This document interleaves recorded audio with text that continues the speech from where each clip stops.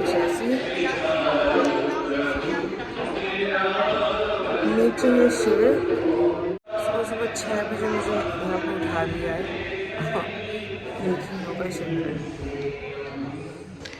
तो सोसाइटी में योग शिविर लगा था, तो मम्मी ने बोला कि चलो चलते हैं, दोनों ही चलते हैं। जब उठी गई हो तो फिर हम दोनों निकल पड़े। मैंने कहा ठीक है चलो, जो भी है देख के आते हैं, चलते हैं। तो मैं और मम्मी निकल पड़े शिविर के लिए। आपको भी थोड़ा सा दिखाती हूँ। आप सभी को महाकुंभ सब्यसाची की साड़ियाँ दी और पिताजी को 3 पीस सूट दिए। बढ़ाए थोड़ी सी, बिल्कुल बढ़ा रहे थे। तो आप लोग अपने फ्रेंड्स को क्या बोलेंगे, या अपने रिश्तेदार जो भी आपको दे रहे हैं, आप उनको क्या बोलेंगे?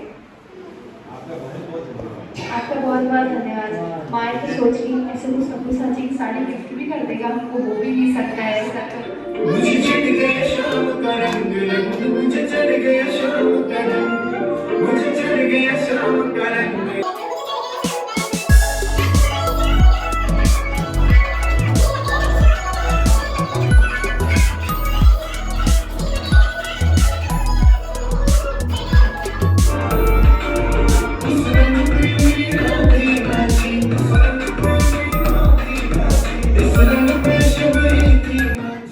तो मैं और मम्मी जाके आए हैं योग शिविर में। कैसा लगा मम्मी? अच्छा लगा। अच्छा लगा ना? सुबह सुबह तालियां बजा के, डांस करके, सब करके आए हैं। और बढ़िया था, थोड़ा एनर्जेटिक फील हो रहा है। वरना तो सुबह उठते 1 घंटा तो अपने आप को संभालने में लगता है, बट आज तो उठते ही संभल गए। 6 बजे, 6:30 तो आ गए ये लोग ना? हाँ 6:30। 6:30 से स्टार्ट है। अच्छा लग रहा है, वैसे करना चाहिए।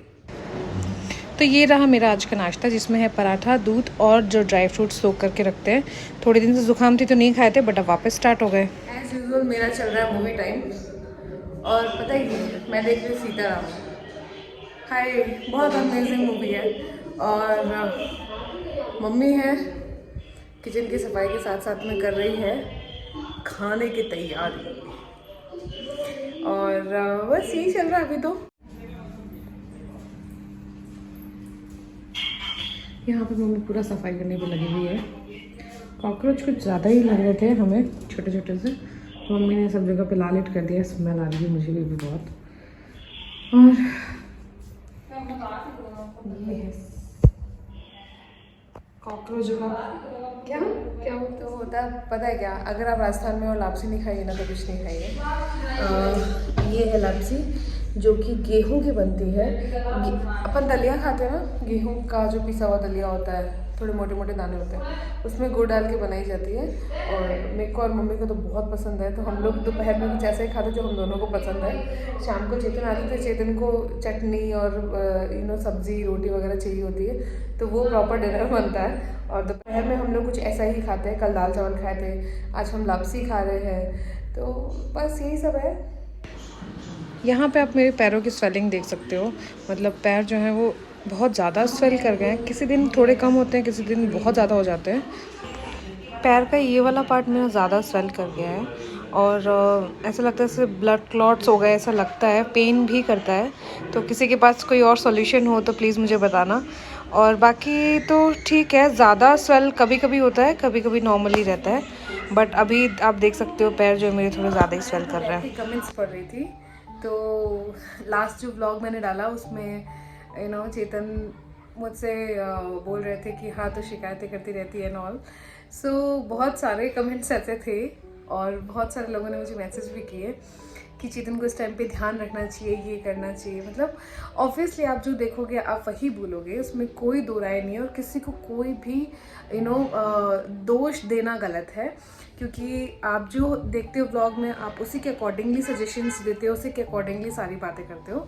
तो ये चीज़ है। और मुझे ये लगा कि चलो मैं तो पढ़ रही, पता नहीं चेतन पढ़ रहा हूँ तो उनको भी लग रहा होगा। क्योंकि मैं आपको सच बताऊँ, देखो मैं फ्रस्ट्रेट हो जाती हूँ, कभी कभी हो जाती हूँ। क्योंकि ना जैसे आज मेरे पैर स्वेल हो रखे हैं, वो दर्द हो रहे हैं, मैं चल नहीं पा रही हूँ।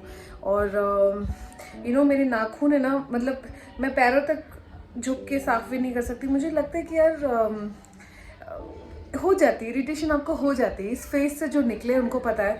और लड़कियां समझ सकती है आई गेस। और जो मुझे लगता है कि कुछ लोग ऐसा बोलते हैं ना कि नहीं हमारे भी हुआ था, हमें तो कुछ नहीं हुआ, या फिर इसके तो वो नहीं हुआ, उसको तो वो नहीं हुआ। ऐसा कुछ नहीं है भाई।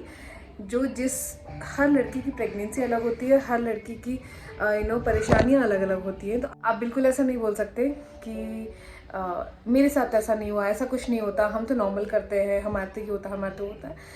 बोलने को मैं भी बोल सकती हूँ, लेकिन ऐसा है कि सबकी अलग अलग प्रेगनेंसी होती है। और आप जैसे मैं मेरा एग्जांपल देती हूँ कि मैं जैसे अभी ठीक है मैं मॉम बनने वाली हूँ, तो मेरा जब बच्चा हो जाएगा तो मैं सिर्फ लोगों को एक नॉर्मल सी सलाह दे सकती हूँ कि हाँ भाई तुम्हें ऐसा हो रहा है तो तुम ऐसा कर सकते हो।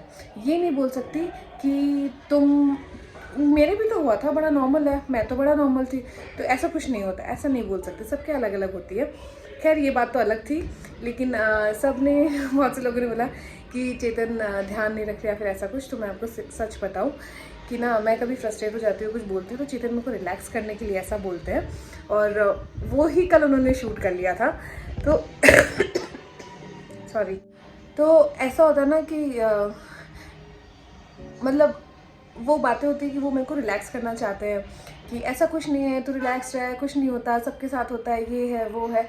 तो मेरे को अगर मैं मतलब बोलते हैं ना कि 70-80% परेशान हूँ, तो मेरे को वो परेशानी मेरी 50% हो जाती है, क्योंकि मुझे ऐसा लगता है कि हाँ शायद मैं ओवर थिंक कर रही हूँ, शायद ऐसा हो रहा होगा, तो इसलिए वो रिलैक्स करने की कोशिश करते हैं। बाकी तो चेतन ने मेरा जितना साथ दिया है ना प्रेगनेंसी में, मैं आपको बता भी नहीं सकती। मतलब 3rd मंथ जब एंड होने वाला था मेरा, मैं गिर गई थी, उसकी वजह से मेरी प्रेगनेंसी में कॉम्प्लिकेशंस आ गई थी। मतलब मैं ये चीज़ अभी तक मैंने शेयर नहीं करी आप लोगों के साथ में, मैंने सिर्फ इतना ही बताया कि मेरे साथ कुछ प्रॉब्लम हो गई थी।